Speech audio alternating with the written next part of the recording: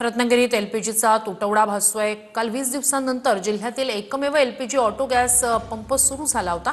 11,000 litre क्षमतेच्या LPG gas पंपाला फक्त 3,500 litre गॅसचाच पुरवठा करण्यात आला होता। देशातील युद्धामुळे सध्या भारतात एलपीजी गॅस सिलेंडरचा तुटवडा जाणवतो आहे आणि त्याचमुळे सध्या अपुऱ्या एलपीजी गॅस पुरवठ्यामुळे अवघ्या 12 तासात रत्नागिरी जिल्ह्यातील हा एकमेव एलपीजी ऑटो गॅस पंप जो आहे तो या ठिकाणी बंद पडलेला आहे।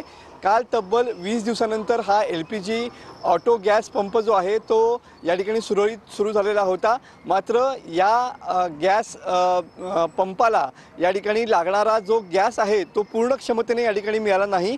या गॅस पंपाची जी क्षमता आहे त्याच्या एवढा सुद्धा गॅस एलपीजी गॅस या ठिकाणी मिळाला नाही। त्यामुळे आज पुन्हा एकदा गॅस नाही अशा स्वरूपाचे बोर्ड या ठिकाणी लागलेले पाहायला मिळतात। कॅमेरामन समित गजनेसह मनोज लेले, TV9 मराठी, रत्नागिरी।